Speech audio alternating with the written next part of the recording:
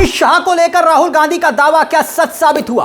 नित्यानंद राय और इनके बयान से क्या सारी पोल खुल गई, सच्चाई सामने आ गई? जी हां, हालात यह है कि जिन बिलों में अमित शाह का नाम लिखा हुआ है, उनका नाम आगे लिखा हुआ है, उन्हीं बिल को पेश करने के लिए अमित शाह नहीं आए। उनमें आखिरकार अमित शाह का नाम होने के बावजूद क्यों वो नहीं आए? संसद में कुछ सेकंड में कुछ ऐसा हुआ जो अपने आप में अभूतपूर्व है। जो काम अमित शाह को करना था, उनके दो मंत्री कर रहे हैं, उनके 2 जूनियर मंत्री। और ये काम अमित शाह क्यों करवा रहे हैं? माना कि दिल्ली वाले मामले पर 20 जुलाई को जो कुछ हुआ, इस वक्त संसद के अंदर और बाहर जमकर हंगामा हो रहा है। अमित शाह संसद में नहीं आ रहे बोलने के बावजूद भी, लेकिन संसद के अंदर बिजनेस तो चल रहा है, बिजनेस का काम तो चल रहा है। और वो कामकाज 20 जुलाई से इतर है, यानी 20 तारीख के बाद से कामकाज अभी भी चल रहा है, लेकिन अमित शाह का नाम जिन बिलों के आगे लिखा हुआ है, वो बिल खुद पेश नहीं कर रहे। अब हुआ क्या, समझिए जरा। 2 बजे जब संसद की कार्रवाई शुरू हुई मंगलवार को, तो केरला के नाम पर केरलम कर दिया गया। आप जानते हैं केरला का नाम। तो ऐसे में बिल पेश किया जाना था। कुछ मिनटों में वो बिल पास भी हो गया।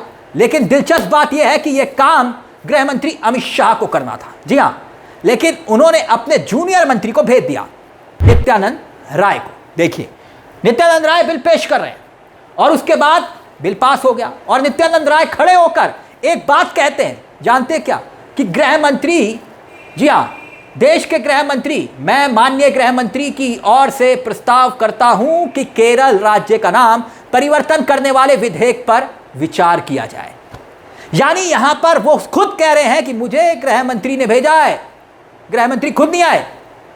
गृह मंत्री बोलना चाहते हैं, लेकिन विपक्ष उन्हें बोलने नहीं दे रहा, यह कहा जा रहा है। 20 जुलाई का मामला, और यहां कहानी कुछ और, सुनिए जरा। महोदय, मैं माननीय गृह मंत्री जी की ओर से प्रस्ताव करता हूं कि केरल राज्य का नाम परिवर्तन करने वाले विधेयक पर विचार किया जाए। सिर्फ नित्यानंद राय नहीं दोस्तों, एक और मंत्री है, अभी उनका भी बयान आपको सुनाऊंगा। लेकिन संसद के भीतर क्या संसद में बिल पास कराने की सिर्फ बाकायदा मशीन बन चुका है मामला? बहस के नाम पर सदन में कुछ नहीं हो रहा, महज मजाक हो रहा है। कुछ मिनटों में बड़े बड़े बिल पास कर दिए जा रहे हैं। यूपीआई का बिल पास हो गया, मालूम है आपको? कोई चर्चा नहीं, कोई मंथन नहीं, कोई चिंता नहीं।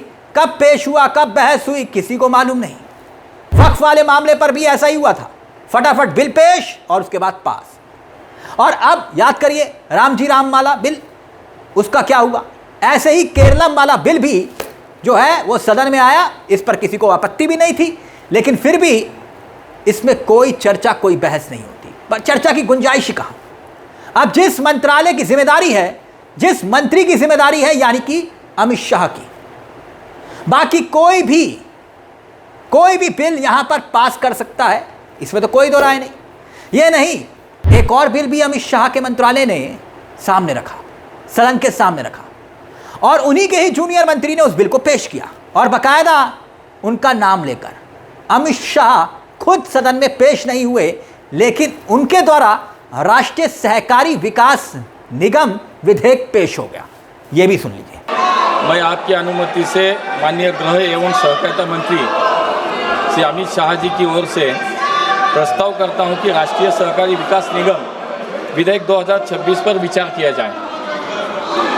प्रश्न ये है कि विधेयक पर विचार किया जाए। जो सदस्य इसके पक्ष में है वो हाँ कहें, जो सदस्य विरोध में है वो ना कहें। अब यहां राहुल गांधी का बयान सुनने वाला और गौर करने वाला जरूर है। पुराना बयान नहीं है, कुछ दिन पहला पुराना। यहां सुनिएगा जरूर, जहां पर राहुल गांधी ये दावा कर रहे हैं कि जो अमित शाह का गुब्बारा है ना, वो फट चुका है। अब किस गुब्बारे की बात कर रहे हैं वो, ये एक बड़ा सवाल है। सुनिए जरा राहुल गांधी का ये चंद रोज पुराना बयान। हम ये जानना चाहते हैं कि गोली किसने चलवाई, और अगर इन्होंने नहीं चलवाई तो होम मिनिस्ट्री ने किसने चलवाई, और कल्पेबिलिटी है या इनकॉम्पिटेंस है, ये हम समझना चाहते हैं। तो ये हमारी पोजीशन शुरुआत से थी।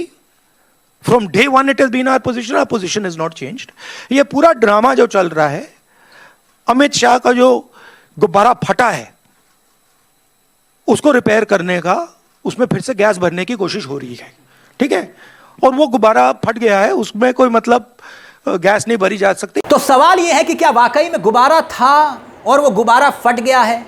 सोचिए जरा, किसी भी रात किसी भी पार्टी को तोड़ देना, विपक्ष की सरकार गिरा देना, सांसदों को तोड़ देना, किसी को भी जेल भेज देना, इन सब घटनाओं के पीछे हमेशा अमित शाह की अदृश्य नज़र सामने आते हैं ना, अदृश्य नज़र।